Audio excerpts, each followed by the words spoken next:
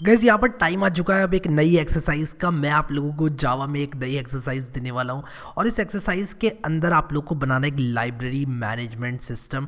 हमने एक्सरसाइज 6 तक कवर किया, मैंने आप लोगों को एक्सरसाइज 6 का सॉल्यूशन भी दिया।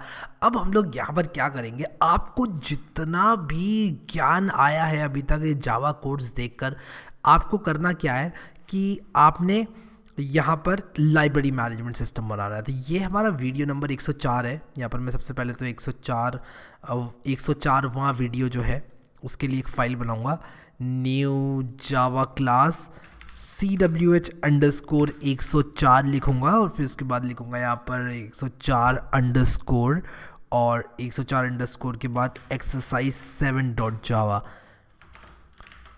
इसमें एक मेन मेथड बनाऊँगा और मेन मेथड बनाने के बाद मैं क्या करूँगा आपको दिखाता हूँ।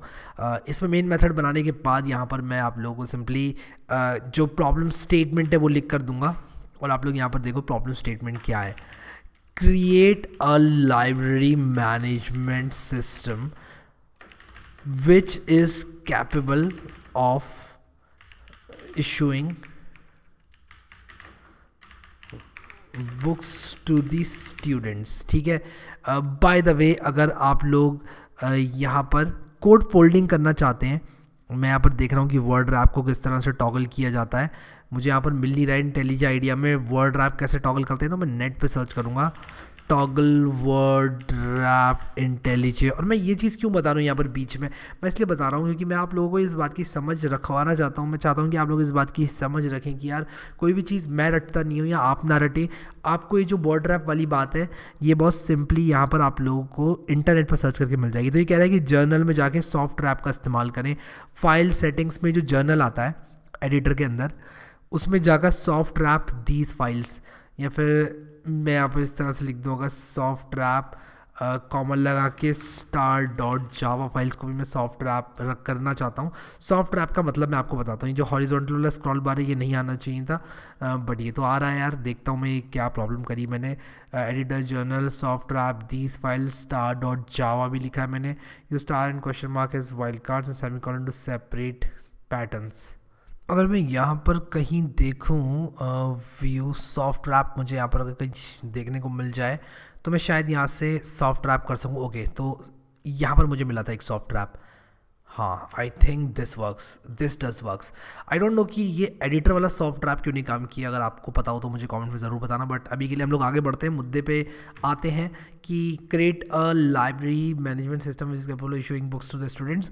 आपने करना क्या है, एक लाइब्रेरी मैनेजमेंट सिस्टम बनाना है और इस लाइब्रेरी मैनेजमेंट सिस्टम में आप लोगों को जिस तरह की फंक्शनैलिटी बनानी है कि आपका ये जो लाइब्रेरी मैनेजमेंट सिस्टम है ये स्टूडेंट्स को बुक इशू कर सके।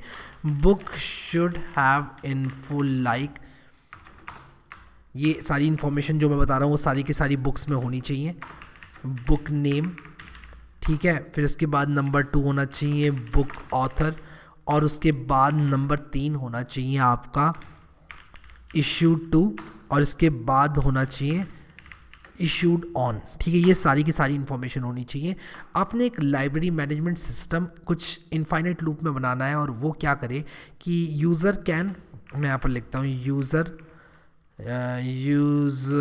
should be able to add books, और एक तो ऐड कर सकें यूज़र बुक्स को, और उसी के साथ साथ should be able to release issued books, यानी कि रिटर्न करना चाहिए इसको, रिलीज़ को return issued books।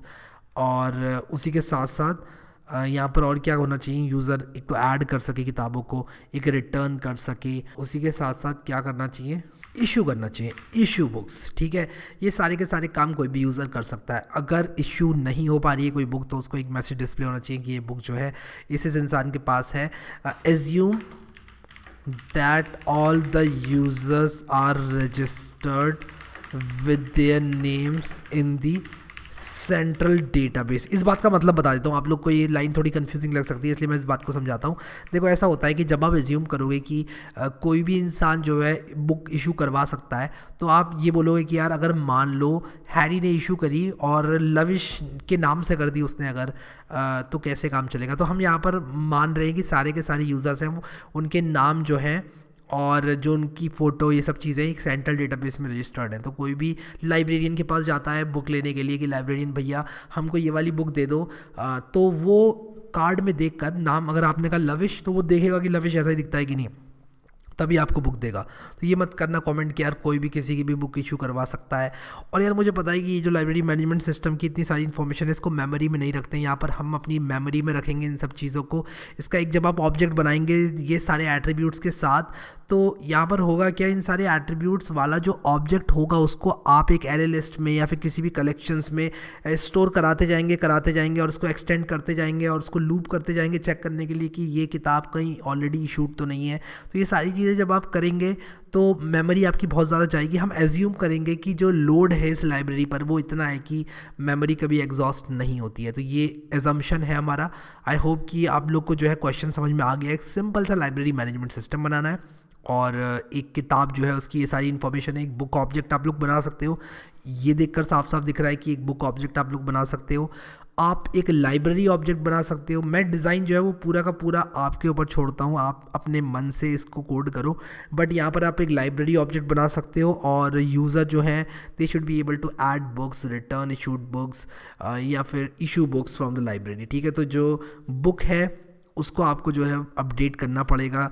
Issued to whom, issued on which date, ये सारी की सारी जो इन्फॉर्मेशन है बुक्स की ये आप मेंटेन कर सकते हैं। अब यहाँ पर एक चीज़ पॉइंट आउट करना चाहूँगा और वो ये है कि इस क्वेश्चन का आंसर यूनिक नहीं है। इस क्वेश्चन का आंसर यूनिक नहीं होने वाला है। मैं आप लोग को ये बताना चाहता हूँ कि ये जो क्वेश्चन है इसका आंसर कुछ इस हिसाब से होना चाहिए कि आपका लाइब्रेरी मैनेजमेंट सिस्टम जो है वो यूजेबल हो।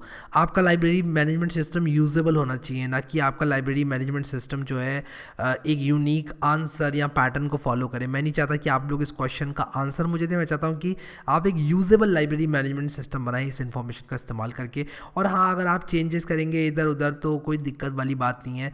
मैं आप लोग को बता रहा हूँ कोई भी ऐसी बात नहीं है। इधर उधर अगर ऊपर नीचे थोड़े बहुत चेंजेस हो भी जाते हैं तब भी कोई प्रॉब्लम नहीं है, as long as the library management system is usable. I hope कि क्वेश्चन आप लोगों को समझ में आ गया होगा और आप लोग इस क्वेश्चन को सॉल्व करेंगे। मैं जो भी इस कमेंट में नीचे अभी इस वीडियो के कमेंट सेक्शन में चैलेंज एक्सेप्टेड लिखेगा उन सबको शाउट आउट तो ज़रूर दूंगा और जो सॉल्व करेगा उसको भी शाउट आउट मिलेगा।